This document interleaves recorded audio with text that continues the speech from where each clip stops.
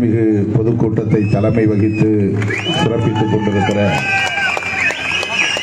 மக்கள் மன்றத்தின் ஒருங்கிணைப்பாளர் தோழர் மகேஷ் அவர்களே, பேரணியை துவக்கி வைத்து சிறப்பித்திருக்கிற விவசாயிகள் உற்பத்தியாளர் சங்கத்தின் பொறுப்பாளர் தோழர் ஆறுமுகம் அவர்களே, நம் அனைவரையும் வரவேற்று சிறப்பித்திருக்கிற தோழர் மேகலா அவர்களே, இந்நிகழ்வில் பங்கேற்று கருத்துரை வழங்கி சிறப்பித்திருக்கிற விடுதலை சிறுத்தைகள் கட்சியின் வழக்குரைஞர் அணி செயலாளர் பார்வேந்தன் அவர்களே, இந்திய கம்யூனிஸ்ட் கட்சியின் சார்பில் உரையாற்றி அமர்ந்திருக்கிற தோழர் லாரன்ஸ் அவர்களே, மக்கள் மன்றத்தை சார்ந்த தோழர் ஜெஸ்ஸி அவர்களே, பெரியார் சிந்தனை இயக்கத்தை சார்ந்த சிந்தனையாளர் இயக்கத்தை சார்ந்த தோழர் புதுவை தீனா அவர்களே, மக்கள் மன்றத்தை சார்ந்த தோழர் பாலு, தோழர் திருமலை, தோழர் மகா உள்ளிட்ட கட்சியின் முன்னோடிகளே, மக்கள் மன்றத்தின் முன்னோடிகளே,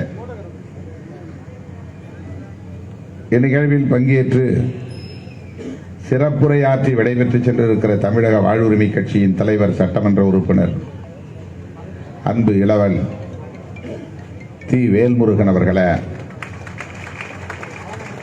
திராவிடர் விடுதலை கழகத்தின் தலைவர் அண்ணன் கொளத்தூர் மணி அவர்களே,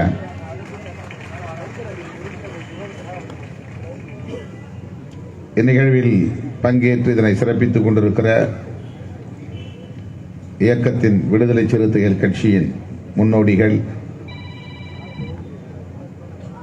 வாசரை செல்வராஜ் அவர்களே, மாவட்ட செயலாளர் மதி ஆதவன் அவர்களே, மாவட்ட செயலாளர் தீவா எழிலரசு அவர்களே,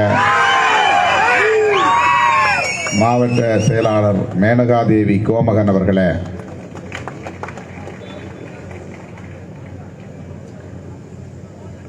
இந்த நிகழ்வில் பங்கேற்று இதனை சிறப்பித்துக் கொண்டிருக்கிற மண்டல செயலாளர் சிறுத்தை வி கிட்டு அவர்களே, ராணிப்பேட்டை ரமேஷ் கர்ணா அவர்களே, வந்தவாசி பாஸ்கர் அவர்களே, திருவண்ணாமலை பி கா அம்பேத் வளவன் அவர்களே,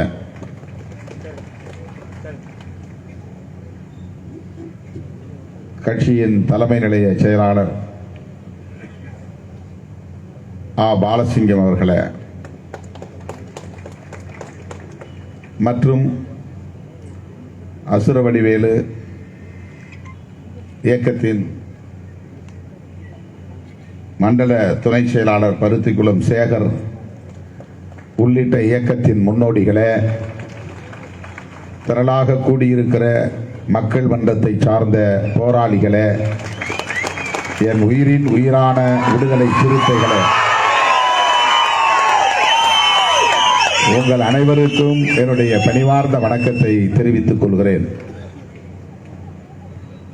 காலத்தாழ்வாக வந்ததற்கு என்னுடைய வருத்தத்தை தெரிவித்துக் கொள்கிறேன். தோழர் மகேஷ் தன்னுடைய ஆத்திரத்தை இங்கே வெளிப்படுத்தினார், கண்டித்தார்.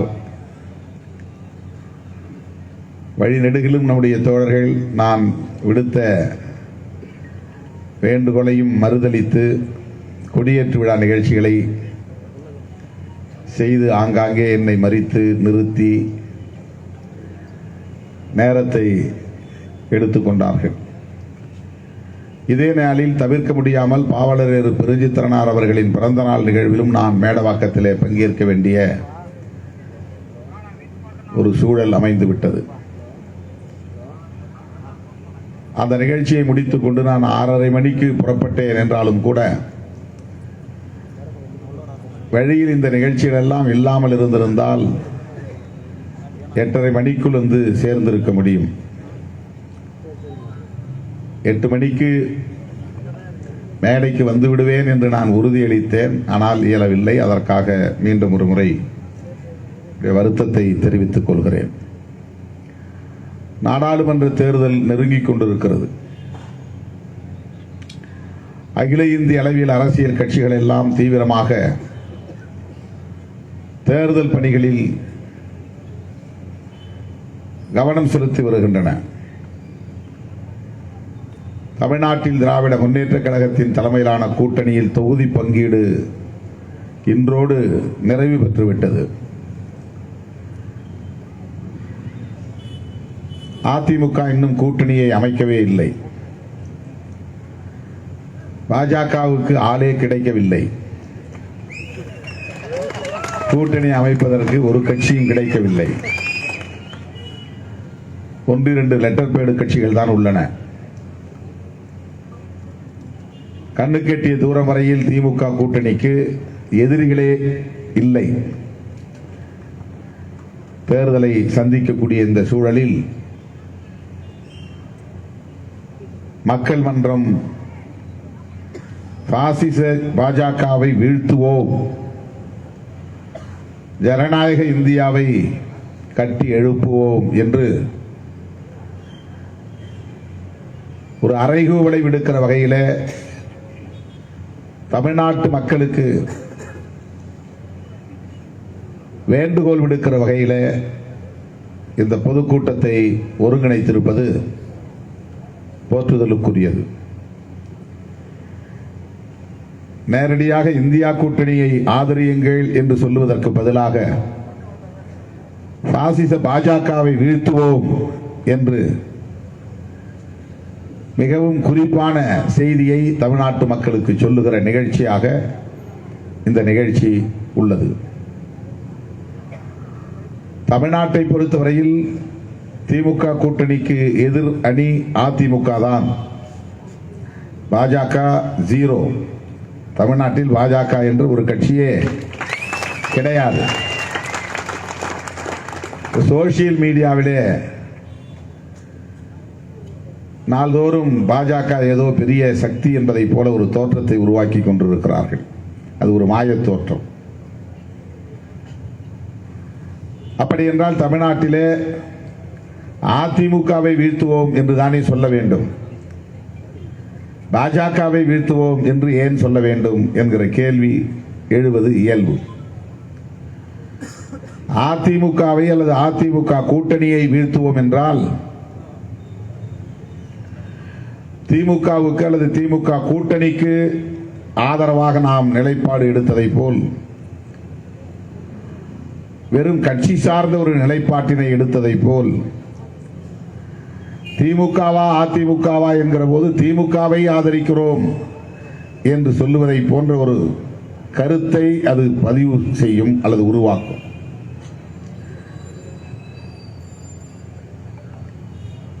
தமிழ்நாடு என்கிற அளவில் மட்டுமல்ல, அகில இந்திய அளவில் பாஜகவை வீழ்த்த வேண்டும் என்பதுதான் இந்த தலைப்பின் பொருள். இது தமிழ்நாட்டுக்கு மட்டும் பொருந்தக்கூடியதல்ல. அகில இந்திய பார்வையில் பாரதிய ஜனதா மீண்டும் ஆட்சிக்கு வரக்கூடாது, அதனை வீழ்த்தியே தீர வேண்டும், ஆட்சி அதிகார பீடத்திலிருந்து அந்த கட்சியை தூக்கி எறிய வேண்டும் என்று நாட்டு மக்களுக்கு எடுத்துரைக்கிற ஒரு நிகழ்வாகத்தான் இந்த நிகழ்வு ஒருங்கிணைக்கப்பட்டிருக்கிறது. இந்த குரல் இன்றைக்கு நாடு முழுவதும் ஒலிக்கிறது. தமிழ்நாட்டில் மட்டுமல்ல, இந்தியா முழுவதும் ஒலிக்கிறது. பாஜகவை வீழ்த்துவோம். மேற்கு வங்கத்திலே ஒலிக்கிறது, பீகாரிலே ஒலிக்கிறது, உத்தரப்பிரதேசத்திலே ஒலிக்கிறது, மத்திய பிரதேசத்தில் ஒலிக்கிறது, மகாராஷ்டிராவில் ஒலிக்கிறது. தென்னிந்தியாவில் மட்டுமல்ல, அகில இந்திய அளவில் ஒலிக்கிறது. புதுதில்லியில் நாள்தோறும் இந்த ஆட்சியை தூக்கி எறியுங்கள் என்று அறிவார்ந்த சான்றோர் பலரும், கட்சி சார்பற்ற அமைப்புகளை சார்ந்தவர்கள் பலரும் போராடிக்கொண்டே இருக்கிறார்கள், போர்க்குரல் எழுப்பிக் கொண்டே இருக்கிறார்கள். ஒருபுறம் விவசாயிகள் போராட்டம் நடைபெறுகிறது, இன்னொரு புறம் இவிஎம் பிரதமர் மோடியை தூக்கி எறிவோம் என்று பிரதமர் மோடி மக்களால் தேர்ந்தெடுக்கப்பட்டவர் அல்ல. அவர் இவிஎம் என்கிற மின்னணு வாக்குப்பதிவு எந்திரத்தால் தேர்ந்தெடுக்கப்பட்டவர். ஆகவே அவர் பீப்பிள்ஸ் பிரைம் மினிஸ்டர் அல்ல, இவிஎம் பிரைம் மினிஸ்டர் என்று வட இந்தியர்கள் மோடிக்கு எதிரான போர் குரலை எழுப்பி வருகின்றனர். நாடு தழுவிய அளவில் ஒலிக்கிறது, காஞ்சிபுரத்திலும் ஒலிக்கிறது, மக்கள் மன்றத்தில் ஒலிக்கிறது.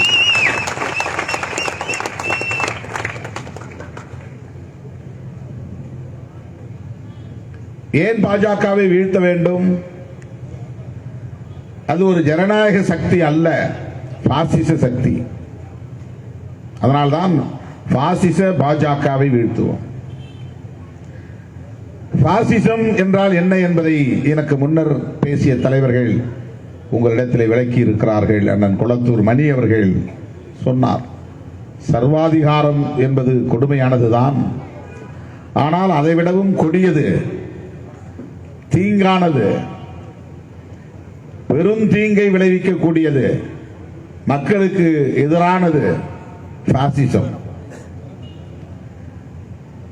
ஜனநாயகம் என்பது ஒரு கோட்பாடு என்றால் அதற்கு நேர் எதிரான இன்னொரு கோட்பாடு தான் பாசிசம் என்பதாகும். உண்மைக்கு எதிரானது பொய் என்பதை போல, இனிப்புக்கு எதிரானது கசப்பு என்பதை போல, ஜனநாயகத்திற்கு எதிரானது பாசிசம். இரண்டும் நேர் எதிர் சொற்கள், நேர் எதிர் கோட்பாடுகள். அதனால்தான் அடுத்த வரியிலே ஜனநாயக இந்தியாவை கட்டி எழுப்புவோம், கட்டி அமைப்போம். இந்த பொதுக்கூட்டத்தின் தலைப்பு பாசிச பாஜகவை வீழ்த்துவோம். அத்துடன் நின்றுவிடவில்லை, ஜனநாயக இந்தியாவை கட்டி அமைப்போம். பாசிசம் என்பதற்கு நேர் எதிர் சொல்லாடல் ஜனநாயகம். ஜனநாயகம் என்றால் என்ன என்று தெரிந்து கொள்ள வேண்டுமானால் பாசிசம் என்றால் என்ன என்று தெரிந்து கொள்ள வேண்டும். பாசிசம் என்றால் என்ன என்பதை தெரிந்து கொள்ள வேண்டுமானால் ஜனநாயகம் என்றால் என்ன என்பதை தெரிந்து கொள்ள வேண்டும். இந்த தெளிவை நாம் பெற்றால் பாரதிய ஜனதா கட்சி எப்படிப்பட்ட கட்சி, அது ஆட்சியிலே நீடிப்பது சரியா, மூன்றாவது முறையாகவும் அது ஆட்சிக்கு வருவது இந்த நாட்டுக்கு நல்லதா என்ற கேள்வியை நாம் எழுப்பி நாமே விடை காண முடியும். கடந்த 10 ஆண்டுகளில் பாரதிய ஜனதா எத்தகைய ஆட்சியை நடத்தி இருக்கிறது,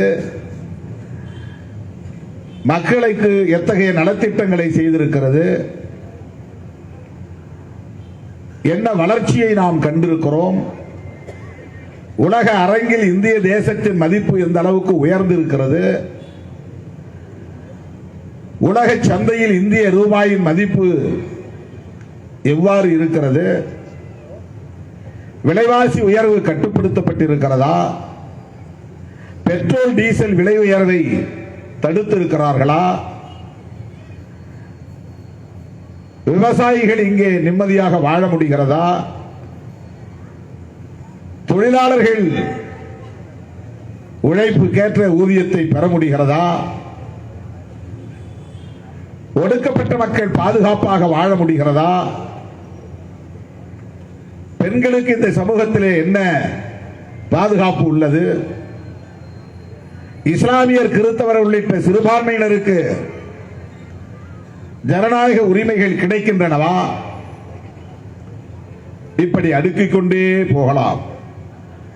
ஏராளமான கேள்விகளை அடுக்கிக் கொண்டே போகலாம். இவற்றுக்கெல்லாம் விடை ஒன்றுமில்லை என்பதுதான். இந்த 10 ஆண்டுகளில் பாஜக என்ன சாதித்திருக்கிறது? அதானி, அம்பானி ஆகிய 2 பெரும் கார்ப்பரேட் முதலாளிகளுக்கு சேவை செய்து சாதித்திருக்கிறது. உலக பணக்காரர்களின் வரிசையில் அதானியை கொண்டு வந்து மூன்றாவது நான்காவது இடத்திலே அமர வைத்திருக்கிறார் மோடி. மோடியின் சாதனை 10 ஆண்டு கால சாதனை அதானியை உலக பணக்காரர்களின் வரிசையில் முதல் 4 இடங்களிலே கொண்டு வந்து நிறுத்தி இருப்பதுதான். தனியார் துறைகளை வளர்ப்பதற்காக பொதுத்துறைகளை விற்றதுதான். உழைக்கும் மக்களின் கைகளில் இருந்த கசங்கிய 500 ரூபாய் நோட்டுகளையும் 1000 ரூபாய் நோட்டுகளையும் செல்லாது என்று அறிவித்ததுதான் மோடியின் சாதனை.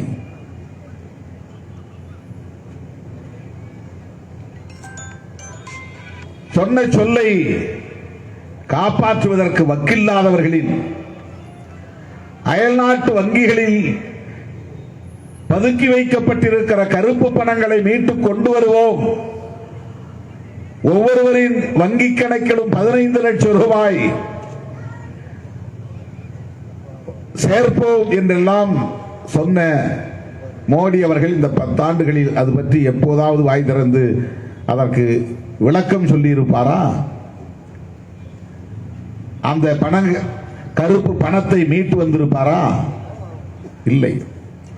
ஆண்டுக்கு 2 கோடி பேருக்கு வேலை தருவோம் என்று 2வது முறையாக ஆட்சிக்கு வந்த போது 2019 மோடி வாக்குறுதி அளித்தார். இந்த 5 ஆண்டுகளில் 10 கோடி பேருக்கு அவர் வேலை வாய்ப்பு தந்திருக்க வேண்டும். வேலை வாய்ப்பின்மை என்பது அதிகரித்திருக்கிறதே தவிர இளைஞர்களுக்கு, படித்த பட்டதாரிகளுக்கு வேலை வாய்ப்பு கிடைக்கவில்லை. வேலை வாய்ப்பின்மையை தக்க வைக்க வேண்டும் என்பது அவர்கள் அரசின் கொள்கை திட்டங்களுள் ஒன்று. ரெக்ரூட்மெண்டே கூடாது, புதிதாக வேலை வாய்ப்பு கூடாது, நியூ ரெக்ரூட்மெண்ட் கொடுக்க கூடாது, அரசாங்கம் செலவு செய்யக்கூடாது. அது இந்த ஆட்சியாளர்களின் கொள்கைகளுள் ஒன்று. புதுசாக ஆள் எடுக்கக்கூடாது, நிறைய சம்பளம் கொடுக்கக்கூடாது, அவுட் சோர்சிங் தான் செய்யணும், எல்லாவற்றையும் கான்ட்ராக்ட் அடிப்படையில் ஒப்படைச்சிடணும். அவுட் சோர்சிங்னா தனியார்கிட்ட வேலை, கான்ட்ராக்ட்ல வேலையை கொடுத்து அரசாங்க வேலையை செய்து முடித்துக் கொள்ள வேண்டும். அரசாங்கம் சர்வீஸ் செய்யக்கூடாது. இலவச திட்டங்கள் கூடாது, ரேஷன் கடைகள் கூடாது, வளர்ச்சி பணிகளில் ஈடுபடலாம், பள்ளிக்கூடங்கள் தனியாருக்கு ஒப்படைத்து விட வேண்டும். அரசாங்கம் பணம் செலவு பண்ணக்கூடாது, வாதியாருக்கு சம்பளம் கொடுக்கக்கூடாது, 1.5 லட்சம் 2 லட்சம் சம்பளம் கொடுக்கக்கூடாது. பதவி உயர்வில் தரக்கூடாது, அதனால் சம்பளம் உயர்கிறது, அரசாங்கத்திற்கு கஜானா காலியாகிறது, அரசாங்கம் கடன் வாங்க வேண்டிய நிலை ஏற்படுகிறது. ஆகவே செலவினங்களை குறைக்க வேண்டும் என்பதனால் வேலை வாய்ப்பை தரக்கூடாது என்பது ஒரு கொள்கை திட்டமாக மாறுகிறது.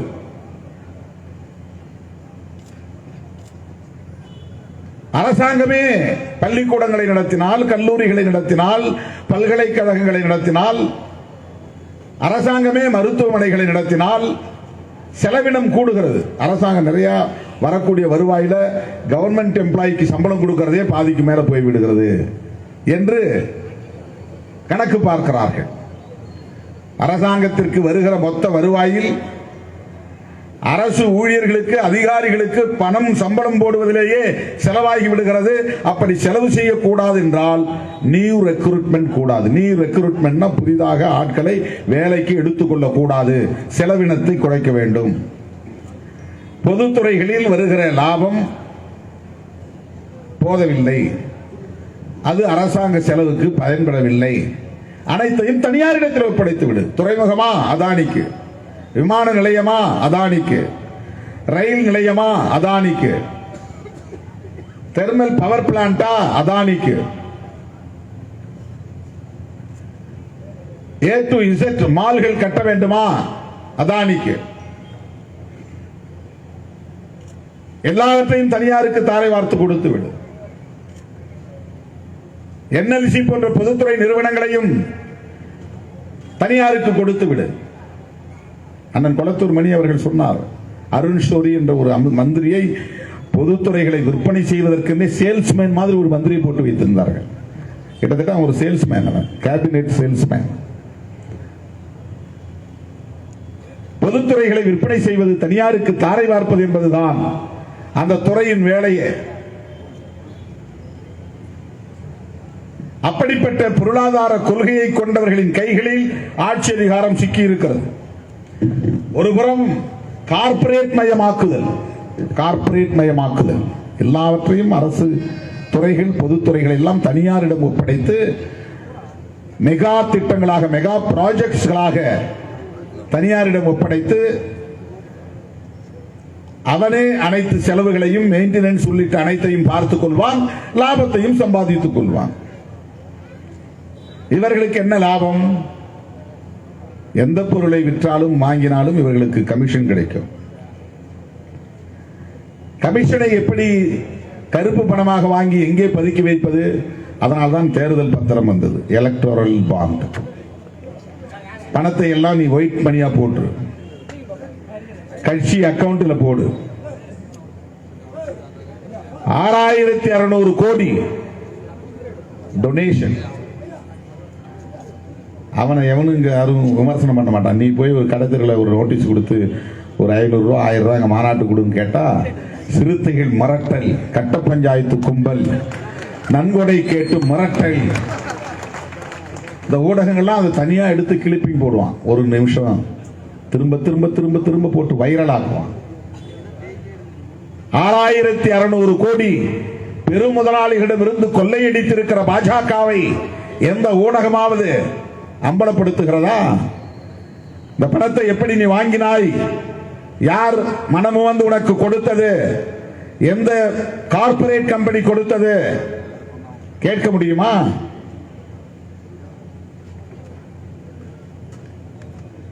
பத்தாண்டுகளில் பாஜக கார்ப்பரேட் மயமாதலை தீவிரப்படுத்தி இருக்கிறது. இரண்டாவது சனாதனமயமாதலை தீவிரப்படுத்தி இருக்கிறது. அவங்களுக்கு ரெண்டு கான்செப்ட்.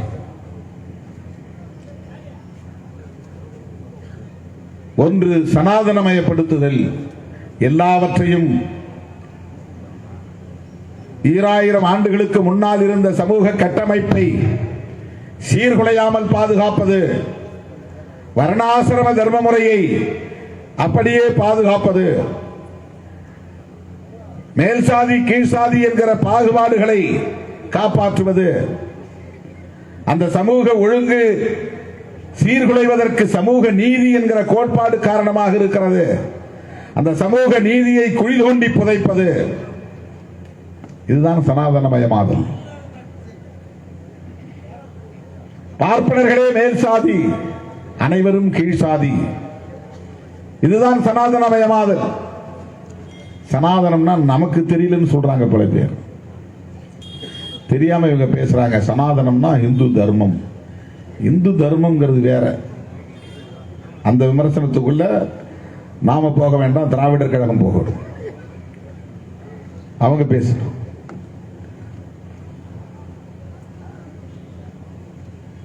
சிவனை நம்புவது, மகாவிஷ்ணுவை நம்புவது, திருவிளையாடல் புராணங்களை நம்புவது, அல்லது அம்மனை நம்பி வழிபாடு செய்வது, நேற்றைக்கு மகா சிவராத்திரி விடிய விடிய விழித்திருப்பது, இது இந்து சமூகத்தினரின் நம்பிக்கை.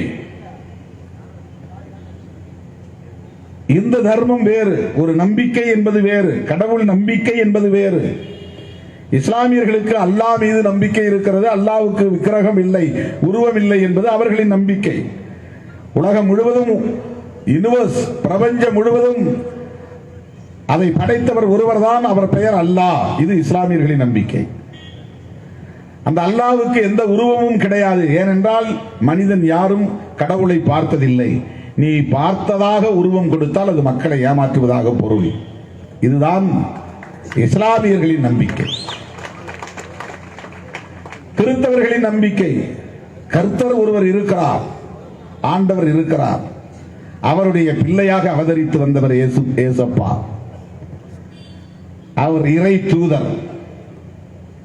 எப்படி நபிகள் நாயகம் ஒரு இறை தூதரோ அப்படி இவரும் இறை தூதர், அல்லது இவரே இறைவர், ஆண்டவர், இவரே கடவுள் என்று நம்புகிற நம்பிக்கை. அதுபோல இந்துக்களுக்கும் நம்பிக்கை உண்டு. அந்த நம்பிக்கைக்குள் நாம் இப்போது நுழையவில்லை.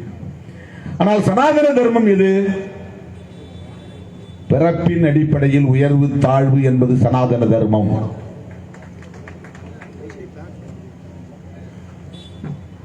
ஆணாய் பிறந்ததனால் பெண்ணை விட ஆண் மேலானவன் என்கிற உணர்வு, அந்த கருத்து, அதுதான் சனாதன தர்மம். பிராமணனாய் பிறந்ததனால், அக்ரஹாரத்தில் பிறந்ததனால் அவன் எல்லோரையும் விட உயர்ந்தவன், அதுதான் சனாதன தர்மம். சத்திரியன் பிராமணனை விட கீழானவன், வைசியன் பிராமணனுக்கும் சத்திரியனுக்கும் கீழானவன், சூத்திரன் பிராமணனுக்கும் சத்திரியனுக்கும் வைசியனுக்கும் கீழானவன். இந்த வர்ணாசிரம தர்ம முறை, உயர்வு தாழ்வு என்கிற அந்த சிந்தனை, அந்த தர்மம், அதுதான் சனாதன தர்மம். சனாதன தர்மத்திலே இரண்டாவது முக்கியமான கூறு என்னவென்றால் அகமண முறை. அகமண முறை என்றால் சாதிக்குள் சாதி திருமணம் செய்ய வேண்டுமே தவிர சாதி விட்டு சாதி திருமணம் செய்யக்கூடாது.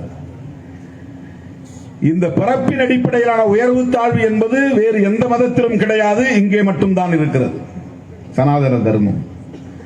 அகமண முறை என்பது வேறு எந்த மதங்களிலும் கிடையாது, உலகத்தில் தோன்றிய எந்த மதத்திலும் கிடையாது, இங்கே மட்டும்தான் இருக்கிறது. பிராமண வர்ணத்திலே பிறந்தாலும் பிராமணன் என்பது சாதி அல்ல, வர்ணம். ஐயர் என்பது சாதி, ஐயங்கார் என்பது சாதி. வர்ணம் வேறு, சாதி வேறு. வர்ணத்திற்குள்ளே சாதிகள் உண்டு. அங்கே கூட சாதி விட்டு சாதி திருமணம் செய்யக்கூடாது, சாதி கலப்பு ஏற்படக்கூடாது, ஐயரும் ஐயங்காரும் கலந்து விடக்கூடாது. இதுதான் சனாதன தர்மம். அகமண முறை, இது மிக முக்கியமான கிரைட்டீரியா. இதுதான் சனாதன தர்மம். மூன்றாவது மிக முக்கியமானது தீட்டுக் கொள்கை. தீட்டுக் கொள்கை என்பது உலகத்தில் தோன்றிய எந்த மதத்திலும் கிடையாது, சனாதன தர்மத்தில் மட்டும்தான் தீட்டுக் கொள்கை உண்டு. தீட்டு என்பது பறையர்களுக்கு எதிரானது என்று கருதுகிறோம், இல்லை. பார்ப்பன குடும்பத்தில் பார்ப்பன பெண்ணுக்கும் தீட்டு உண்டு. பார்ப்பன பெண்மணியாக இருந்தாலும் அந்த பெண்மணிக்கும் தீட்டு உண்டு. தீட்டு கொள்கை என்பது உலகத்தில் தோன்றிய எந்த மதத்திலும் கிடையாது, உலகத்தில் தோன்றிய எந்த மதத்திலும் கிடையாது. ஆக சனாதன தர்மம் என்றால் பிறப்பின் அடிப்படையில் உயர்வு தாழ்வு, சாதிக்குள் சாதி திருமணம் செய்ய வேண்டும் என்கிற அகமண முறை, சாதியின் பெயராலும் பாலினத்தின் பெயராலும் தீட்டு கடைபிடிக்கிற தீண்டாமை, காணாமை, அண்டாமை என்கிற தீட்டு கொள்கை, இதுதான் சனாதன தர்மம். இந்த சனாதன தர்மத்தை மீண்டும் இந்த மண்ணில் நிலைநிறுத்த வேண்டும் என்பதற்காக உருவான அமைப்பு தான் RSS. அதற்காக உருவான அமைப்பு தான் RSS. பார்ப்பனர்களின் அதிகாரம் பறிபோகிறது. உயர் சாதி இந்துக்களின் நீண்ட காலமாக அவர்கள் தக்க வைத்துக் கொண்டிருந்த அனைத்து தளங்களிலும் கோலோச்சுகிற அளவுக்கான வலிமையை பெற்றிருந்த அதிகாரம் பறிபோகிறது. எப்படி பறிபோகிறது? இடஒதுக்கீட்டு மூலமாக அது மெல்ல மெல்ல பறிபோகிறது. இடஒதுக்கீடு என்கிற பெயரால் இந்த அவுட்காஸ்ட், 4 வருடத்திற்கும் உட்படாமல் அவர்களை எதிர்த்து நிற்கிற பட்டியல் குடியை சார்ந்த மக்கள், பழங்குடியை சார்ந்த மக்கள், இவங்க அவுட்காஸ்ட், அவர்னாஸ், இந்த 4 வருடத்துக்குள்ளே வரமாட்டாங்க. இந்த சாதி இந்து போல்டுக்குள்ள வரமாட்டாங்க. 5ஆம் சாதி கிடையாது, எதிர்த்து சாதி, எதிர்த்து நிற்கிற சாதி, 4 வருடங்களையும் எதிர்த்து நிற்கிற ஒரே சமூக பிரிவு. இந்த 4 வருடத்துக்கு கீழே இருக்கிற 5ஆம் சாதி அல்லது கீழே கிடக்கிற சாதி அல்ல, எதிரே நிற்கிற சாதி. அதுதான் இந்த மண்ணில் தலித் என்றும் பழங்குடி என்றும் அழைக்கப்படுகிற சமூக பிரிவினர். சமூக பிரிவினர் அவர்களுக்கு இன்றைக்கு சமூக நீதி என்கிற அடிப்படையிலே கல்வியிலும் வேலை வாய்ப்பிலும் இடஒதுக்கீடு வழங்கப்படுகிறது. அவர்கள் கல்வி கற்று அதிகாரத்திற்கு வருகிறார்கள். பழைய சமூக ஒழுங்கு அதனால் சீர்குலைகிறது. சரி, போனா போகுது.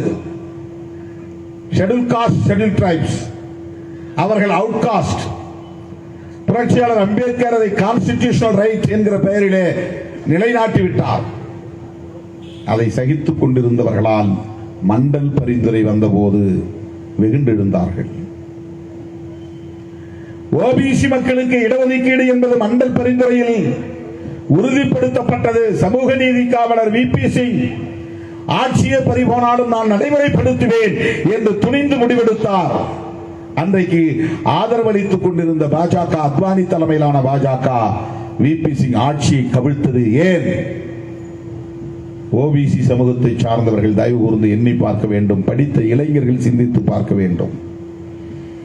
மண்டல் பரிந்துரையை விபி சிங் நடைமுறைப்படுத்த வேண்டும் என்று முடிவெடுத்த போது அவருக்கு பக்கத்திலே இடதாகவும் வலதாகவும் இருந்து ஆதரவு கொடுத்தவர் ராம்விலாஸ் பாஸ்வான் என்கிற ஒற்றை போராளி. ஒடுக்கப்பட்ட சமூகத்தில் பிறந்தவர், அம்பேத்கர் சிந்தனையாளர். அகில இந்திய அளவில் எந்த அம்பேத்கர் இயக்கமும் மண்டல் பரிந்துரையை எதிர்க்கவில்லை. ஓபிசி மக்களுக்கு இடஒதுக்கீடு கொடுக்க கூடாது என்று ஷெட்யூல் காஸ்ட், ஷெட்யூல் டிரைப்ஸ் சமூக பிரிவினர் எந்த இடத்திலும் எதிர்ப்பு தெரிவிக்கவில்லை. நாம் எல்லாம் வரவேற்றோம், ஆதரித்தோம். இந்தியா முழுவதும் தலித்துகள் ஆதரித்தார்கள். யார் எதிர்த்தது? நாங்கள் எல்லாம் ஆண்ட பரம்பரை என்று சொல்லிக் கொள்கிற ஓபிசி தலைவர்களே. யார் எதிர்த்தது? அத்வானி தலைமையிலான பிஜேபி எதிர்த்தது. பிசி, எம்பிசி சமூகங்களை சார்ந்த மாணவர்கள் கல்வி பெறக்கூடாது, வேலைவாய்ப்பு பெறக்கூடாது, அவர்களுக்கான இடஒதுக்கீட்டை நாங்கள் ஏற்க மாட்டோம் என்று எதிர்ப்பு தெரிவித்து ரத யாத்திரை நடத்தியது அத்வானி தலைமையிலான பிஜேபி. அது ரத்த யாத்திரையாக வன்முறை வெறியாட்டத்தில் போய் முடிந்தது. அதன் தொடர்ச்சியாகத்தான் பாபர் மசூதி இடிக்கப்பட்டது.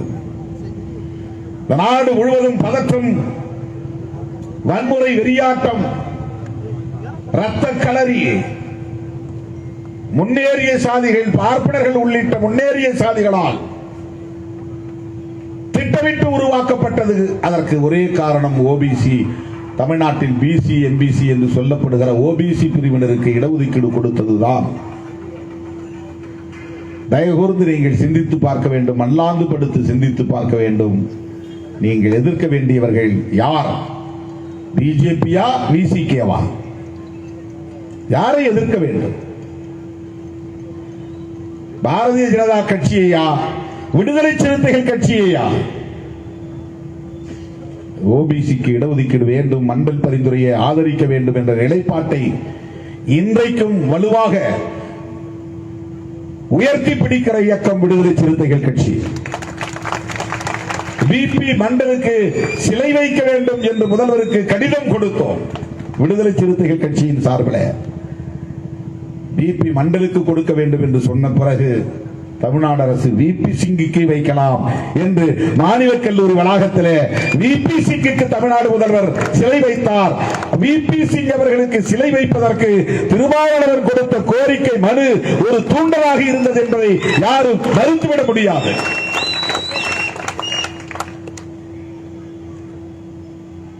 விபி சிங் நாடறிந்த தலைவர், எங்கும் அவருக்கு சிலை திறக்க முடியும். பிபி மண்டலை மக்கள் மறந்து விட்டார்கள், ஓபிசிகள் மறந்து விட்டார்கள், எம்பிசி தலைவர்கள் மறந்து விட்டார்கள், பிஜேபி பின்னால் ஓடிக்கொண்டிருக்கிறார்கள், சனாதனமயமாதலுக்கு துணை போகிறார்கள். எனவே நாம் விடுதலை சிறுத்தைகள் ஆந்திராவிலே பிபி மண்டல் சிலை திறப்பு விழாவுக்கு போய்விட்டு அங்கே உரையாற்றிவிட்டு வந்த கையோடு தமிழ்நாடு முதல்வரை சந்தித்து தமிழ்நாட்டில் பிபி மண்டலுக்கு சிலை வைக்க வேண்டும் என்ற கோரிக்கையை வைத்தோம். எம்பிசியும் பிசியும் ஆதரிக்க வேண்டிய இயக்கம் எது? பாரதிய ஜனதாவா, விடுதலை சிறுத்தைகளா? எண்ணி பார்க்க வேண்டும். தோழர்களே, சமூக நீதி அதுதான் இன்றைக்கு நம்மை எம்பவர் செய்கிறது. மருத்துவர்களாக, வழக்குரைஞர்களாக, அதன் மூலம் நீதிபதிகளாக, பேராசிரியர்களாக, துணைவேந்தர்களாக, அதிகார வலிமை உள்ளவர்களாக இத்தனை ஆண்டுகளாக மறுதலிக்கப்பட்ட நிலையிலே வறுமையிலும்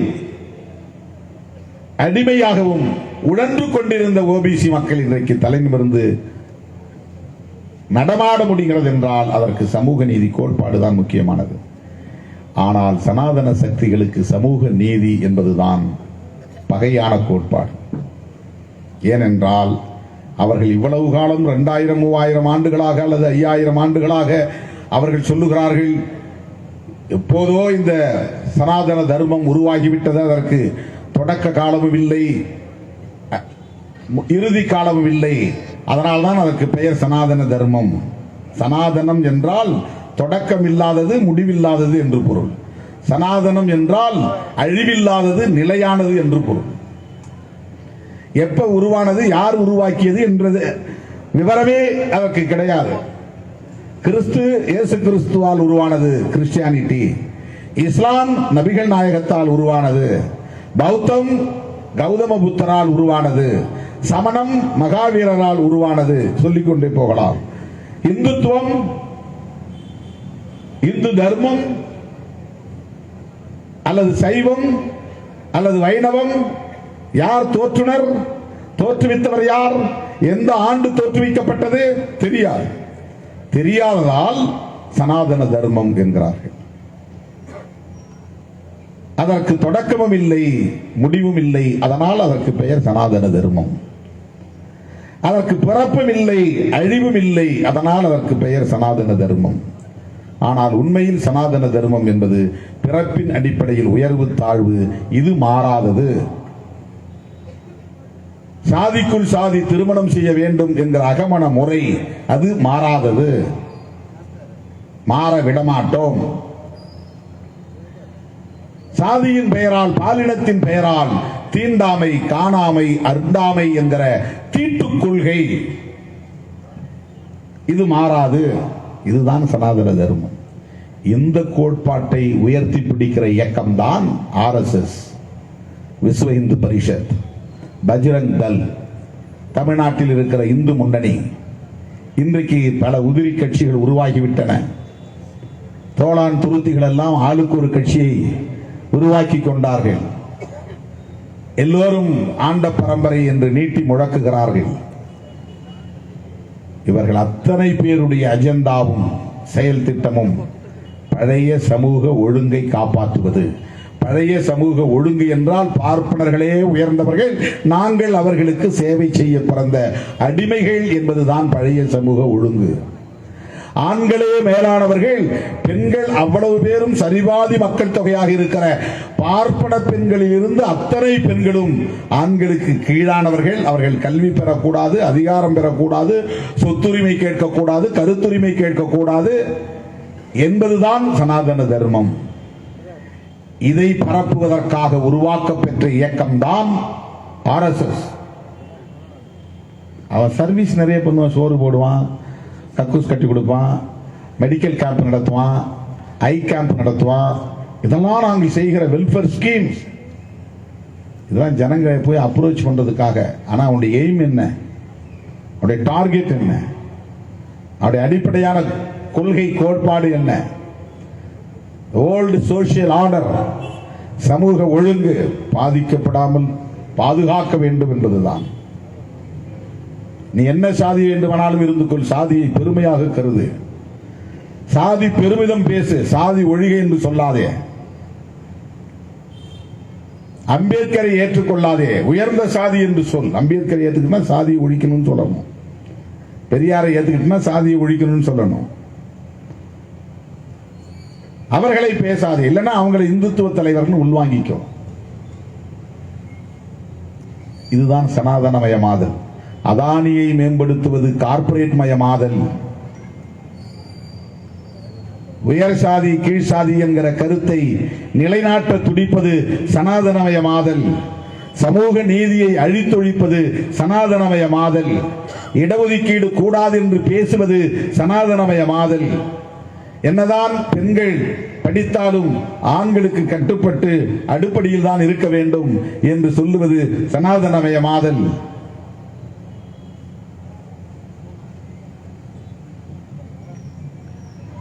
பாரதிய ஜனதா அரசின் மிக முக்கியமான 2 செயல் திட்டங்கள், ஒன்று சனாதனமயமாதல், சனாதனமயப்படுத்துதல், இன்னொன்று கார்ப்பரேட் மயமாதல், அனைத்தையும் கார்ப்பரேட் மயமாக்குவது என்கிற இந்த செயல் திட்டங்கள் தான் இந்த 10 ஆண்டுகளில் நடந்தேறி இருக்கிறதே தவிர ஏழை எளிய மக்களின் வாழ்வில் எந்த முன்னேற்றமும் நிகழவில்லை. இந்துத்துவா என்பது வேறு, இந்து இசம் அல்லது இந்து தர்மம் என்பது வேறு. இந்துத்துவா என்பது பாரதிய ஜனதா கட்சியின் அரசியல் செயல் திட்டம். அவன் அந்த பேரை வச்சுக்கிட்டான் இந்துத்துவா என்று. என்ன இந்து இசத்திற்கும் இந்துத்துவாவுக்கும் என்ன வேறுபாடு? கடவுள் நம்பிக்கையோடு இந்து மக்கள் பின்பற்றக்கூடிய ரிச்சுவல்ஸ், சடங்கு சம்பிரதாயங்கள், இதுவெல்லாம் இந்துயிசம். அம்மா அப்பா இறந்தால் மொட்டை போட வேண்டும், 16ஆம் நாள் காரியம் செய்ய வேண்டும், கங்கைக்கு போய் தர்ப்பணம் செய்துவிட்டு வர வேண்டும். இதெல்லாம் இந்து நம்பிக்கை, இந்து இசம். இது இந்துத்துவா என்பது முஸ்லிம்களை வெறுக்க வேண்டும், கிறிஸ்தவர்களை வெறுக்க வேண்டும், பைபிளை கொளுத்த வேண்டும், குர்ஆனை கொளுத்த வேண்டும், அவர்கள் அந்நியர்கள், அவர்கள் மதம் மாற்றுகிறார்கள். இதுதான் இந்துத்துவா.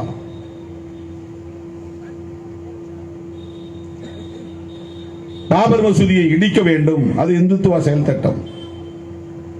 அங்கேதான் ராமர் பிறந்தார் என்று சொல்லி இடித்து தரைமட்டமாக்க வேண்டும். இதுபோல எங்கெல்லாம் வாய்ப்பு இருக்கிறதோ அங்கெல்லாம் முஸ்லிம்கள் தொழுகிற மசூதிகளை இடிக்க வேண்டும், பைபிள் படிக்கக்கூடாது, ஜெபம் செய்யக்கூடாது, நாம் எல்லோரும் சாதி பெருமிதம் பேச வேண்டும், ஆண்ட பரம்பரை என்று சொல்லிக் கொள்ள வேண்டும். சாதி பெருமிதம் பேசினால்தான் மத உணர்வு வரும்.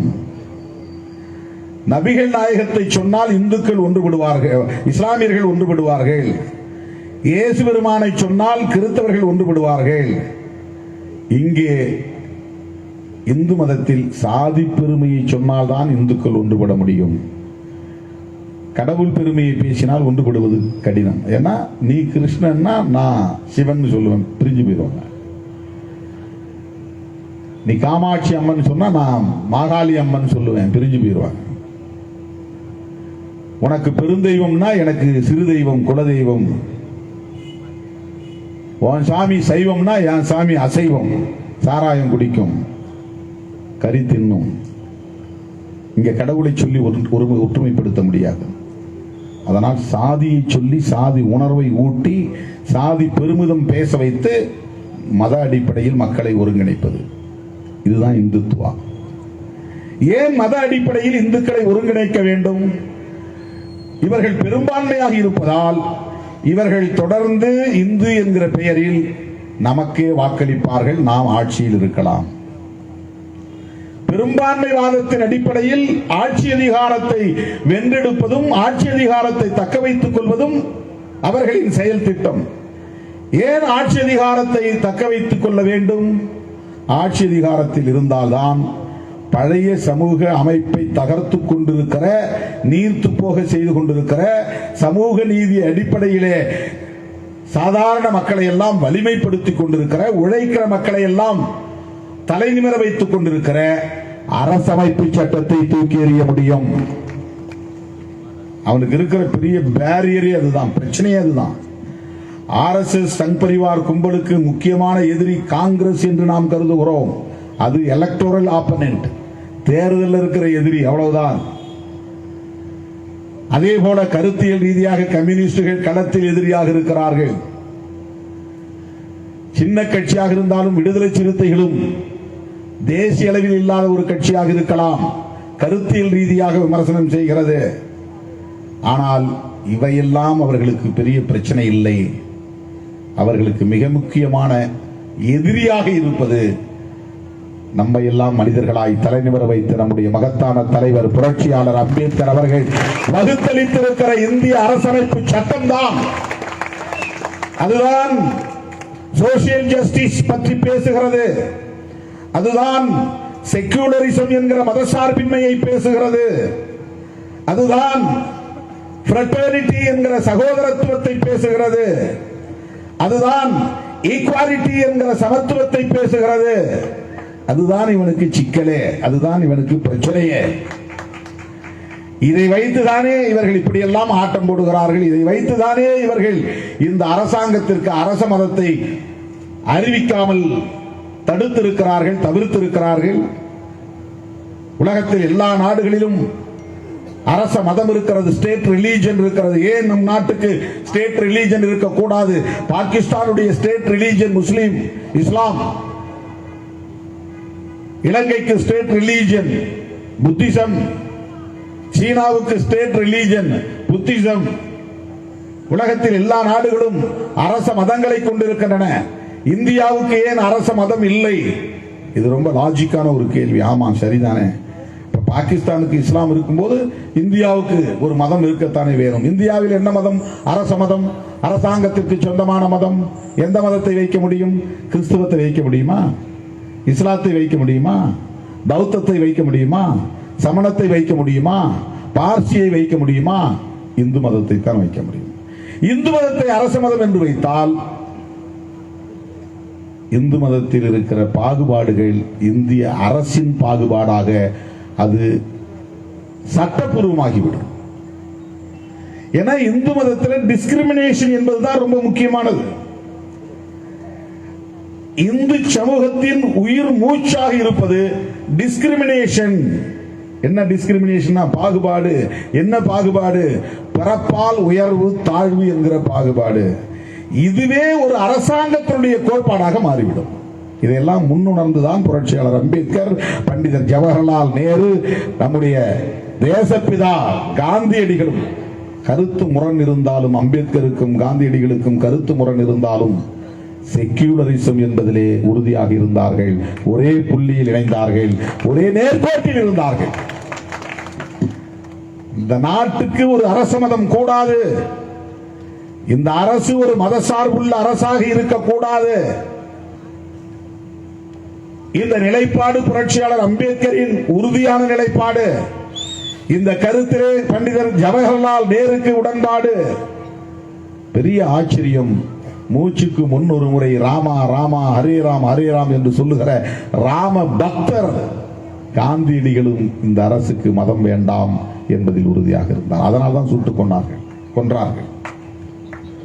ஏன் சுட்டுக் கொள்ள வேண்டும்? RSS காரர்கள் அன்றைக்கு சுட வேண்டுமானால் அம்பேத்கரை சுட்டு இருக்க வேண்டும், அல்லது கம்யூனிஸ்ட் தலைவர்களை சுட்டு இருக்க வேண்டும், அல்லது தமிழ்நாட்டுக்கு வந்து தந்தை பெரியாரை சுட்டு இருக்க வேண்டும். இவர்கள்தான் கொள்கை பகைவர்கள். ஆனால் அவர்களின் கொள்கையை நம்புகிற, சனாதன தர்மத்தை நம்புகிற, மறுபிறவியை நம்புகிற, வர்ணாசிரம தர்மத்தை ஏற்றுக்கொள்கிற தேசத்தந்தை காந்தியடிகள் அவரை சுட்டுக் கொன்றார்கள் என்றால் அதற்கு ஒரே காரணம், ஸ்டேட் ரிலீஜன் வேண்டாம் என்பதிலே அவர் உறுதியாக இருந்தார். செக்யூலரிசம் என்கிற மதசார்பின்மை கோட்பாட்டில் அவர் உறுதியாக இருந்தார். இந்திரா காந்தி அவர்கள் மிசாவை கொண்டு வந்தார். அதை கடுமையாக தமிழ்நாடு எதிர்த்தது. அதனாலேயே திமுக அரசை பறிகொடுத்தது, கடுமையான பாதிப்புக்கு உள்ளானது. அது வரலாறு. இந்தியா முழுவதும் ஜெயபிரகாஷ் நாராயணன் தலைமையில் இந்த மிசா என்கிற சட்டத்தை எதிர்த்து, மிசா என்றால் அது ஒரு சட்டத்தினுடைய சுருக்கம் பெயர், அது abbreviation, MISA, MISA, maintenance of internal security act, அதான் அதனுடைய பெயர். அது நடைமுறைக்கு வந்தபோது ஜெயபிரகாஷ் நாராயணன் என்கிற ஒரு தலைவரின் தலைமையில் அகில இந்திய அளவில் எதிர்க்கட்சிகள் எல்லாம் ஒன்று சேர்ந்தார்கள். இந்த சட்டம் கூடாது, அது ஆள் தூக்கி சட்டம், பயங்கரவாத சட்டம், ஜனநாயகத்தை நசுக்குகிற சட்டம், அரசமைப்பு சட்டத்திற்கு எதிரான சட்டம்.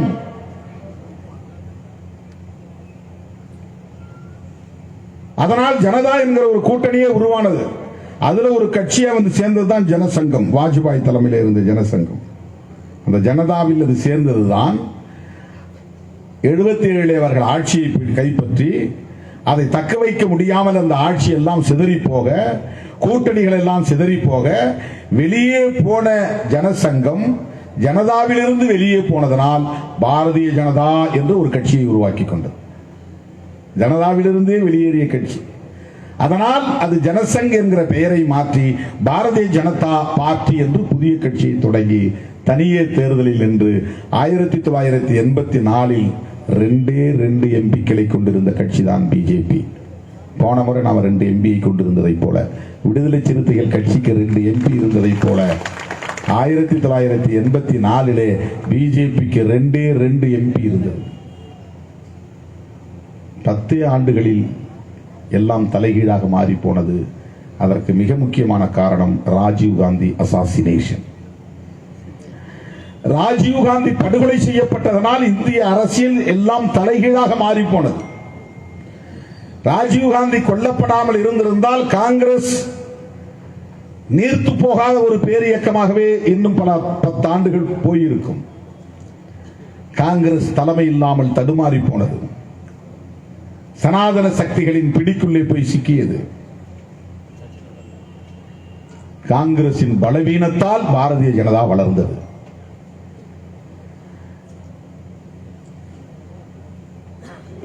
மண்டல் பரிந்துரையை நடைமுறைப்படுத்தியதால் அதை காரணம் காட்டி வீதிக்கு வந்தது.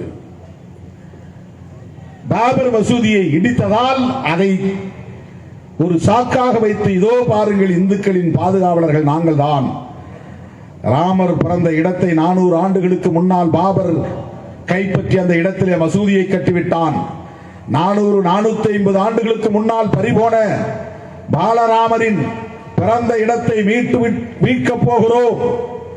எங்களுக்கு நீங்கள் கரசேவைக்கு ஆதரவு தாருங்கள் என்று கோரிக்கை வைத்தே பாரதிய ஜனதா வளர்ந்து விட்டது. காஞ்சிபுரத்திலிருந்தும் கரசேவைக்கு ஆள் போனார்கள். அன்றைக்கு தமிழ்நாடு முதல்வராக இருந்த ஜெயலலிதா அம்மையாரே கரசேவைக்கு ஆள் அனுப்பினார். அதிமுகவுக்கு அப்படி ஒரு வரலாறு உண்டு. அருமை தோழர்களே, அந்த பாரதிய ஜனதா ஆர்எஸ்எஸ் குழந்தையை தவிர பிஜேபியின் குழந்தை அல்ல. ஆர்எஸ்எஸ் தான் முதலில் தோன்றியது. அந்த ஆர்எஸ்எஸ் உடைய இந்துத்துவா என்பது அரச மதத்தை உருவாக்க வேண்டும், ஸ்டேட் ரிலிஜன், அது இந்துத்துவா. அதுதான் இந்துத்துவா செயல் திட்டம். இது இந்து தர்மம் இல்ல.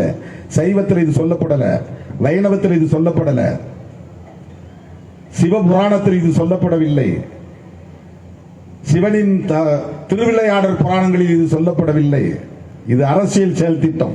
இந்துத்துவா என்பது பாரதிய ஜனதா கட்சியின் அரசியல் செயல் திட்டம். இந்து தர்மம் வேறு, இந்துத்துவா செயல் திட்டம் என்பது வேறு.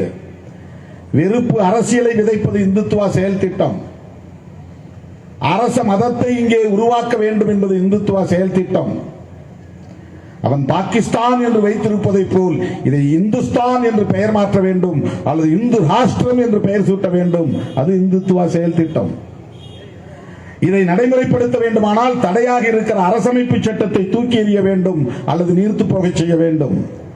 அரசமைப்பு சட்டத்தை நீர்த்து போக செய்ய வேண்டுமானால் பாரதிய ஜனதா அசைக்க முடியாத வலுவோடு ஆட்சி அதிகாரத்தில் தொடர்ந்து நீடிக்க வேண்டும். அதற்கு 3வது முறையாக மோடி ஆட்சிக்கு வர வேண்டும். மோடி 3வது முறையாக ஆட்சிக்கு வந்தால் அரசமைப்பு சட்டத்தை தூக்கி எறிவார்கள். வர்ணாசிரம தர்மத்தை, மனு தர்மத்தை இந்தியாவின் அரசமைப்பு சட்டமாக அறிவிப்பார்கள். சமூக நீதிக்கு இங்கே இடமில்லாமல் போகும். மாநிலங்கள் இல்லாமல் போகும். மாநில கட்சிகள் இல்லாமல் போகும். ஒரே மதம் தான் இந்தியாவில் இருக்கும். ஒரே கலாச்சாரம் தான் இந்தியாவில் இருக்கும். மாட்டுக்கறி தின்ன முடியாது. விரும்பிய உடையை உடுத்த முடியாது. பகுத்தறிவு கருத்துக்களை பேச முடியாது. பெண்ணுரிமையை பேச முடியாது. இவ்வளவு மோசமான ஒரு இந்தியாவை உருவாக்குவதற்காகத்தான் பாஜக முயற்சிக்கிறது. மோடி மீண்டும் பிரதமராக வேண்டும் என்று திட்டமிடுகிறது. ஆகவே பாசிச பாஜக வீழ்த்தப்பட வேண்டும் என்று நாம் முழங்குகிறோம். இவ்வளவு பெரிய ஒரு வேலை திட்டத்தை வைத்துக் கொண்டிருப்பதால் தான் 2 3 கொடுக்கறத கொடுங்க, வாங்க ஃபீல்டுக்கு போகும் சண்டைக்கு. விடுதலை சிறுத்தைகள் பிஜேபி எதிர்த்து சண்டை போடுவதற்குத்தான் களத்தில் இருக்கிறோம். நீ 2 3 2 கொடுத்தாலும் ஒண்ணுதான், 3 கொடுத்தாலும் ஒண்ணுதான். அதுல ஒன்றும் பெரிய மாற்றம் ஏற்பட போறதில்லை. 4 கொடுத்தாலும் ஒண்ணுதான். அதுல ஒன்றும் பெரிய மாற்றம் ஏற்பட போறதில்லை. 35 மார்க் எடுத்தாதான் ஒருத்தன் பாஸ் பண்ண முடியும். 10 மார்க்ல 11 போட்டான்னா 12 போட்டான்னா 13 போட்டான்னா நோ யூஸ். அது ஒன்றும் கிடையாது. 34 மார்க் எடுத்தவனுக்கு 1 மார்க் போட்டா அவன் பாஸ் பண்ணி வெளியே வந்துடுவான். அப்போ நமக்கு 2, 3 ஆகிறதுனால ஒன்றும் பெரிய மாற்றம் நிகழ போறதில்லை. ஒரு சந்தோஷம். போன தடவை 2, இந்த தடவை 3, ஒரு கெத்தா வராது திரும்ப அவ்வளவு. அப்படி எனக்கு தான் மரியாதை கிடைக்கும், மக்களுக்கு ஒன்றும் அதனால மரியாதை இருக்காது. அதனால ஒன்றும் பெருசா நாட்டுக்கு பலன் வரைய போறதில்லை. Don't care. அதனால அந்த 2, 3 அதை பத்தி நான் கவலைப்படலை. திருமாவளவனுக்கு நாங்கள் 2 தான் கொடுத்தோம், 3 கொடுக்கல அப்படின்னு யாராவது சந்தோஷப்பட்டா அந்த சந்தோஷம் வந்து தற்காலிகமான சந்தோஷம் தான். அல்லது நாங்கள் கொடுக்க விடாம தடுத்துட்டோம், எவ்வளவு ஜாக்கிரதையா நாங்க பண்ணிட்டோம் அப்படின்னு நீங்க சந்தோஷப்பட்டா அதை பத்தி எங்களுக்கு கவலை இல்லை. எங்களுக்கு பிஜேபி வீழ்த்தப்பட வேண்டும். எங்களுக்கு அரசமைப்பு சட்டம் பாதுகாக்கப்பட வேண்டும். மோடி மீண்டும் பிரதமர் ஆகாமல் தடுக்கப்பட வேண்டும். அதனால் தமிழ்நாட்டில் 40 இடங்களிலும் விடுதலை சிறுத்தைகள் போட்டியிடுகிறோம் என்கிற உணர்வோடு களத்தில் இறங்குகிறோம். நாங்க 2ங்கிறாங்க, நாங்க நினைக்கிறோம் 40 நினைக்கிறோம். தமிழ்நாட்டிலே விடுதலை சிறுத்தைகள் கட்சி எத்தனை இடங்களில் போட்டியிடுகிறது என்று டிபேட் செய்கிறார்கள். அட அற்பர்களே, நாங்கள் 40 இடங்களில் போட்டியிடுகிறோம். நீங்கள் ஏன் எங்களை பற்றி கவலைப்பட்டுக் கொண்டிருக்கிறீர்கள்? இன்னும் அவங்களுக்கு ரொம்ப கவலையா. திருமாவளவன் பாவு 10 லட்சம் பேரை திரட்டி காட்டினாரு. 4 கேட்டாரு, 3 கேட்டாரு, முடியல. புதுசா வந்தவர் ஏதோ கோடி அள்ளி கொடுத்துட்டாரு. இதுக்கெல்லாம் மயங்கிற சராசரி ஆள் அல்ல திருமாவளவன். அதை எழுதி வைத்துக் கொள்ளுங்கள். உங்கள் விமர்சனம் ஒன்றும் என்னை செய்யாது. அரசியல் களத்தில் அடியெடுத்து வைத்த போது எப்படி இருந்தானோ திருமாவளவன், அப்படித்தான் இந்த 34 ஆண்டுகளில் அதே நிலையில் தான், அதே உணர்வோடு தான், அதே வீரியத்தோடு தான் நிற்கிறார். ஒரு தேர்தல் அரசியல் களத்தில் வெளிப்படையாக அதிமுக விடுதலை சிறுத்தைகளுக்கு அழைப்பு விடுத்தது. அதை பொருட்படுத்தினோமா? எங்களுக்கு இங்க விட அங்க அதிகமா சீட்டு கிடைக்கணும் போடி நாங்க 2 பக்கமும் பேரம் பேசிட்டு இருக்கிறோமா?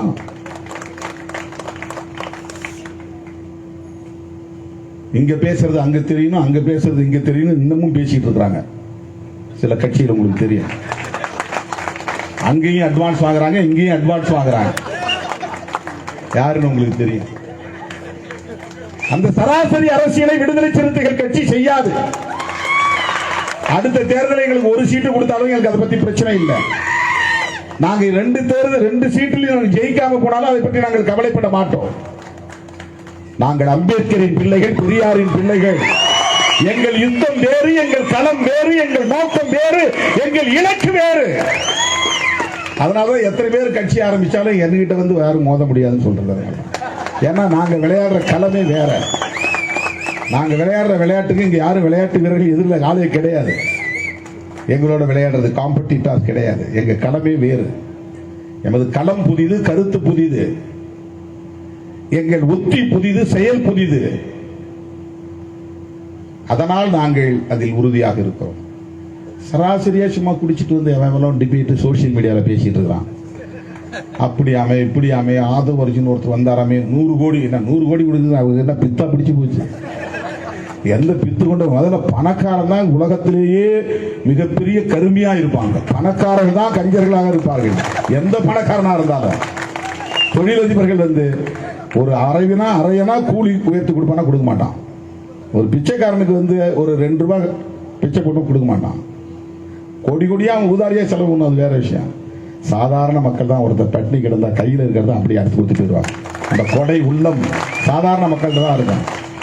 தான் வீட்டில் இருக்கிற பழைய கஞ்சி கூட யாரோ ஒருத்தன் பார்த்தான், ஐயோ பாவம் இந்த குழந்தைக்கு ஒண்ணுமே அன்னம் இல்லை, ஆகாரம் இல்லை அப்படின்னா அந்த பழைய சோறு அள்ளி கொடுத்துட்டு அவங்க பாட்டு பண்ணி கிடப்பான். அள்ளி தரக்கூடிய நல்ல உள்ளம், கொடை உள்ளம் உழைக்கிற மக்களிடத்தில் தான் இருக்கும். அந்த அந்த அடிப்படை கூட புரிந்து கொள்ளாம அதுவும் வந்தா அப்படியே அள்ளி 100 கோடி கொடுக்கறது, அம்ப வாய்க்கு வந்ததெல்லாம் சொல்றான். எவனுக்கு என்னமோ.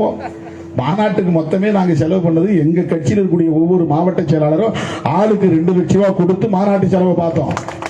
இதுவரை நான் அப்படி யாருக்கும் டிக்டேஷன் கொடுத்ததில்லை. நீ 2 லட்சம் ரூபாய் கொடுக்கணும், இல்லைன்னா மாவட்ட செயலாளர் பதவி 6 மாசத்துல தூக்கிடுவேன்னு சொல்லிட்டேன். நான் பெரிய கிராண்டா இப்பதான் அது மாதிரி நான் சொன்னேன். 144 மாவட்ட செயலாளர் போட்டிருக்கோம். இந்தியாவில் எந்த கட்சியும் இப்படி பிராக்மென்ட் பண்ணது கிடையாது. 2 ஒன்றியது ஒரு மாவட்ட செயலாளர். என்ன எங்களை ஒன்றிய செயலாளர் ஆகிட்டீங்க? ஆமா, ஒன்றிய செயலாளர் தான், ஆனா மாவட்ட செயலாளர் பேரு போ. நீ 10ஆம் கிளாஸ் தான் படிச்சிருக்க, உனக்கு BA டிகிரி கொடுக்குறேன் போ.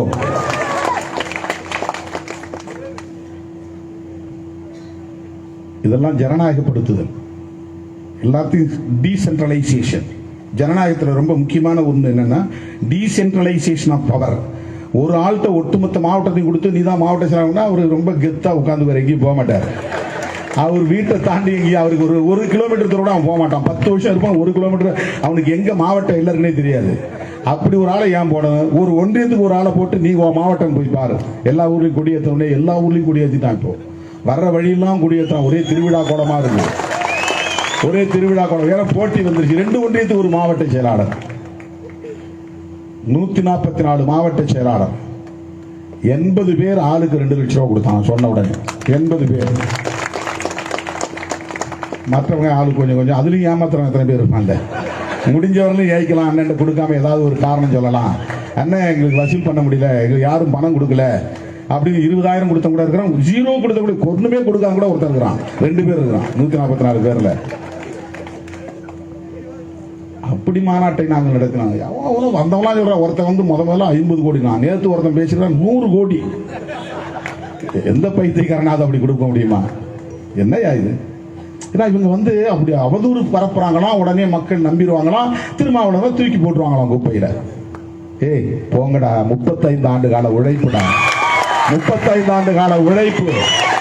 ஒரு நாளைக்கு 2 மணி நேரம் கூட தூங்க முடியாமல் அல்லும் பகலும் விழித்துக் கொண்டே மக்களோடு பயணித்துக் கொண்டே இருக்கிற நிலையில் தான் 10 லட்சம் பேரை திரட்ட முடிந்தது. எந்த பின்புலமும் இல்லாமல்.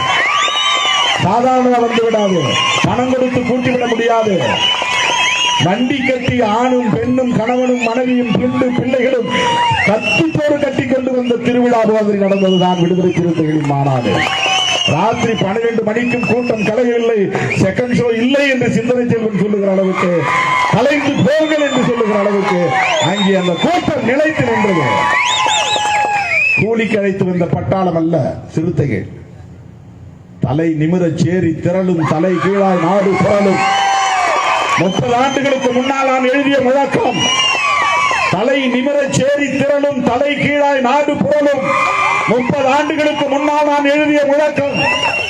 திருச்சி சிறுகனூரிலே அன்றைக்கு நான் கண்ணால் பார்த்தேன். என் முழக்கம் வீண் போகவில்லை, உழைப்பு வீண் போகவில்லை, சிந்திய ரத்தம் வீண் போகாது, சிறுத்தை படையோ பின்வாங்காது. 30 ஆண்டுகளுக்கு முன்னால் நான் எழுதிய முழக்கம். சனாதன சக்திகளை தமிழ்நாட்டில் வேரூன்ற விடாமல் பாதுகாப்பு அரணாக இருந்து போராடுகிற புரட்சியாளர்கள் தான் சிறுத்தைகள். நீ சொல்லிட்டா உடனே எங்க ஆள் நம்பிடுவாங்களா? சிறுத்தைகள்லாம் திருமாவளவனுக்கு வந்து ஆதவ அர்ஜுன் 100 கோடி கொடுத்துட்டாரு. என் பாக்கெட்ல கூட ஒண்ணுமே இருக்கு. வளர்ற பசங்க தான் கொடுங்க கொடுங்க எங்க கொடுங்க எடுத்து வாங்கி கொடுப்பேன். எனக்கு எதுக்கு பணம்? 10 வருஷம் எம்பியா இருந்துட்டேன். 10க்கு 10 ரூம்ல தான் தங்கி இருக்கிறேன் தம்பிகளோட. அவங்க முன்னாலதான் உடை மாத்திரேன், அவங்க முன்னாலதான் சாப்பிட்டு இருக்கிறேன். இவங்க எல்லாம் கூலிக்கு மாரடிக்கிற கும்பல். அவங்க வந்து இப்படி சொல்லிட்டா உடனே தலித் மக்கள்லாம் என் மேல கோவப்பட்டு உடனே அதிமுகவுக்கும் பிஜேபிக்கும் ஓட்டு போட்டுருவாங்களாம். சிறுத்தைகள் திராவிட முன்னேற்ற கழகத்தின் வெற்றிக்கு மிகப்பெரிய அளவிலே பங்களிப்பு செய்திருக்கிற ஒரு மாபெரும் சக்தி. 2021 சட்டமன்ற தேர்தலிலும் சரி, 2019 நாடாளுமன்ற தேர்தலிலும் சரி, இன்றைக்கும் இந்த தேர்தலில் சிறுத்தைகள் தான் மகத்தான பங்களிப்பை செய்யப்படுகிறது. டோட்டல் பார்த்தா போன தேர்தலுக்கு இந்த தேர்தலுக்கும் ஒரே ஃபார்முலா. எங்களுக்கு 2, போன தேர்தலில் 2, இந்த தேர்தலில் 2. கம்யூனிஸ்டுகளுக்கு போன தேர்தலில் 2, இந்த தேர்தலில் 2. மதிமுகவுக்கு போன தேர்தலில் 1, இந்த தேர்தலில் 1. கொங்கு மக்களுக்கு போன தேர்தலில் 1, இந்த தேர்தலில் 1. காங்கிரசுக்கு போன தேர்தலில் 10, இந்த தேர்தலில் 10. No change. யாருக்காக கூட குறை கொடுத்திருந்தா நாம வந்து விடுதலை சிறுத்தைகள் கோட்டை விட்டாங்கன்னு சொல்லலாம். Same formula. சரி, திமுகவுக்கு என்னாச்சு? கூட்டணி கட்சிகள்லாம் அதே தொகுதியில் போட்டிடுறோம். திமுக 2 தொகுதி கம்மியா போட்டிடுது இந்த தேர்தலில். உண்மையிலேயே திமுகவுக்கு 2 தொகுதி கம்மி. எப்படின்னா, போன தேர்தலில் 24 உதயசூரியன் சின்னம் களத்தில் இருந்துச்சு. 20 பேர் திமுக, 4 பேர் கூட்டணி கட்சி. விடுதலை சிறுத்தையில் 1 தொகுதி, பாரிவேந்தர் கட்சியில் 1 தொகுதி, கொங்கு மக்கள் 1 தொகுதி, மதிமுகவில் 1 தொகுதி. 4 கூட்டணி கட்சி உதயசூரியன். 20 திமுக உதயசூரியன், மொத்தம் 24. ஆனா இந்த முறை மொத்தம் உதயசூரியன் நிக்க போறதே 22 இடம் தான். உள்ளபடியே திமுகவுக்கு தான் குறைஞ்சு போயிருக்கு. இதை எவனும் சொல்ல மாட்டான், எழுத மாட்டான். எப்படி குறைஞ்சது? போன முறை நீ 2, அவங்களும் 2, அவங்களும் 2, அவங்க 1, இவங்க 1, அவங்க 10, இதுவரையும் அதே மாதிரி தான் இருக்கு. அப்புறம் எப்படி திமுக 2 குறைஞ்சதுன்னா, போன முறை விடுதலை சிறுத்தைகள் உதயசூரியன் சின்னத்தில் இருந்தது, இந்த முறை பானை சின்னத்தில் இருக்கிறது. 1 குறைஞ்சது. போன முறை மதிமுக உதயசூரியன் சின்னத்தில் இருந்தது, இந்த முறை அவங்க பம்பரத்தில் இருக்கிறார்கள், 2 குறைஞ்சிச்சு. அதனால இப்ப 22 ஆயிருச்சு. கணக்குப்படி பார்த்தா, புள்ளி விவரம் படி பார்த்தா திமுகவுக்கு தான் 2 தொகுதி குறைஞ்சிருக்கு. வேற யாருக்கும் குறையவும் இல்லை, கூடவும் இல்லை. Same formula. அதனால நாம வருத்தப்படுவதற்கு எதுவும் கிடையாது. திமுக நம்ம ஏய்த்து விட்டது என்று கருத வேண்டியதில்லை. என்ன சொல்லலாம், திமுக அது 18 குறைச்சு கூடாதா, 15 குறைச்சு கூடாதுன்னு நம்ம போற போக்கில் சொல்லலாம். ஆனால் திமுக என்கிற கட்சி குறைந்தது 20, 22 இடங்களிலே வெற்றி பெற்று போனால்தான் நாளைக்கு பிஜேபி ஆட்சிக்கு வந்தாலும் அல்லது காங்கிரஸ் ஆட்சிக்கு வந்தாலும் அவர்கள் ஒரு குறிப்பிட்ட வேலை திட்டங்களை செய்ய முடியும். 3வது பெரிய கட்சி அல்லது 4வது பெரிய கட்சி இருந்தால் காங்கிரஸ் ஆட்சிக்கு வந்தால் அவங்க கேபினெட்ல பெரிய இடத்துக்கு வர முடியும். இப்ப நாம 2, 3 ஆனா கூட கேபினெட்ல வர முடியாது. அல்லது நாளைக்கு பிஜேபி ஆட்சி வந்துச்சுன்னா சட்டத்தை எதிர்க்க முடியும். ஏன்னா ஒரு கமிட்டிக்கு சேர்மன் வாங்க முடியும் அவங்களால. 2 தொகுதி 3 தொகுதி ஜெயிக்கிறவங்களால வாங்க முடியாது. பார்லிமெண்ட்டை பொறுத்தவரையிலும் 5 எம்பிக்கள் இருந்தாதான் பார்ட்டி, 4 இருந்தா குரூப், 3 இருந்தா group. VCK group, VCK party கிடையாது. குறைந்தது 5 எம்பி ஜெயிச்சு போனாதான் ஒரு பார்ட்டியா ரெகக்னைஸ் பண்ணுவாங்க பார்லிமெண்ட்ல. அதுக்கு கீழே இருக்கிறவங்க எல்லாம் குரூப்னு பேரு. 1 ஆள் இருந்தாலும் குரூப், 2 ஆள் இருந்தாலும் குரூப், 3 ஆள் இருந்தாலும் குரூப். நினைச்சா கொடுப்பான், இல்லைன்னா கொடுக்க மாட்டான். டைம்ல பேசுறது, டைம் முடிஞ்சு போச்சுன்னா முடிஞ்சு தூக்கி போட்டு பிரைம் மினிஸ்டர் ரிப்ளை அனுப்பிச்சுவான். நாம காத்துக்கிட்டே உட்காந்துக்கணும், பேச முடியாது. ஆனால் திமுக அந்த மாதிரியான இடத்துல இல்லை. அவங்க ஆண்ட கட்சியில் இருந்தவங்க, கேபினெட்ல இருந்தவங்க, 20க்கு மேல தொடர்ந்து வெற்றி பெற்று வந்தவங்க. இப்பவும் அப்படி போனா அவங்க கேபினெட்ல இடம்பெற முடியும். இடம் பெற்றாங்க, அவங்களால சில தாக்கத்தை ஏற்படுத்த முடியும். அதனால் அந்த நிலையை தக்க வைத்துக் கொள்ள வேண்டும் என்று அவர்கள் நினைப்பதில் ஒன்றும் தவறில்லை. நமக்கு பிடிக்கலன்னா ஒன்று கூட்டணியை பிரேக் பண்ணிட்டு வெளியே வரணும். இப்ப ஒரே ஒரு தொகுதிக்காக நாமே உருவாக்கிய இந்தியா கூட்டணியை நாம் உடைக்கிறோம் என்றால் நம்மை பற்றி பொதுமக்களின் மதிப்பீடு என்னவாக இருக்கும்?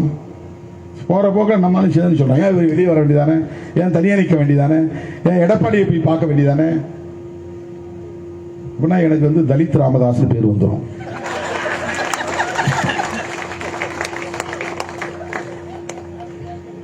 வரலாறு முழுக்க அப்படி ஒரு பெயர் எனக்கு வந்துவிடும். நான் தான் திருமாவளவன் வழி தனி வழி. தற்காலிக பலன்களுக்கு நாம் முக்கியத்துவம் தருவதில்லை. இதெல்லாம் மக்கள் மத்தியில் நமக்கான நன்மதிப்பை உயர்த்தி கொண்டே இருக்கிறது. நாம் கோட்டையை நோக்கி அல்லது அதிகார மையத்தை நோக்கி பயணிக்க வேண்டும் என்பதை விட அந்த அதிகார மையம் நம்மை நோக்கி பயணித்து வரும். இந்த மாதிரியான நிலைப்பாடுகளை எடுப்பதனால், இந்த மாதிரியான முடிவுகளை எடுப்பதனால், நேர்மை தரத்தோடு போராடுவதனால், கருத்தியல் அடிப்படையிலே களமாடுவதனால் மக்கள் நமக்கான மதிப்பெண்களை உயர்த்துவார்கள். அவங்க வேல்யூவேஷன் பண்ணும்போது நமக்கு மார்க்ஸ் கூடுதலா போடுவாங்க. அருமை தோழர்களே, சனாதன மயமாதலும் கார்ப்பரேட் மயமாதலும் என்கிற 2 முக்கியமான கொள்கைகளை உயர்த்தி பிடிக்கிற பாசிசம் என்கிற ஜனநாயக விரோத கொள்கையை உயர்த்தி பிடிக்கிற பாஜகவை வீழ்த்துவதே நமது இலக்காக அமையட்டும். அதற்கு முதலில் தமிழ்நாட்டில் 40க்கு 40 நாம் வெற்றி பெற்றாக வேண்டும். விடுதலை சிறுத்தைகள் 2 பானை சின்னங்களில் போட்டியிட்டாலும் 40 தொகுதிகளிலும் போட்டியிடுகிறது என்கிற உணர்வோடு களமாடுவோம் என்று சொல்லி வாய்ப்புக்கு நன்றி கூறி முடிக்கிறேன். நன்றி, வணக்கம்.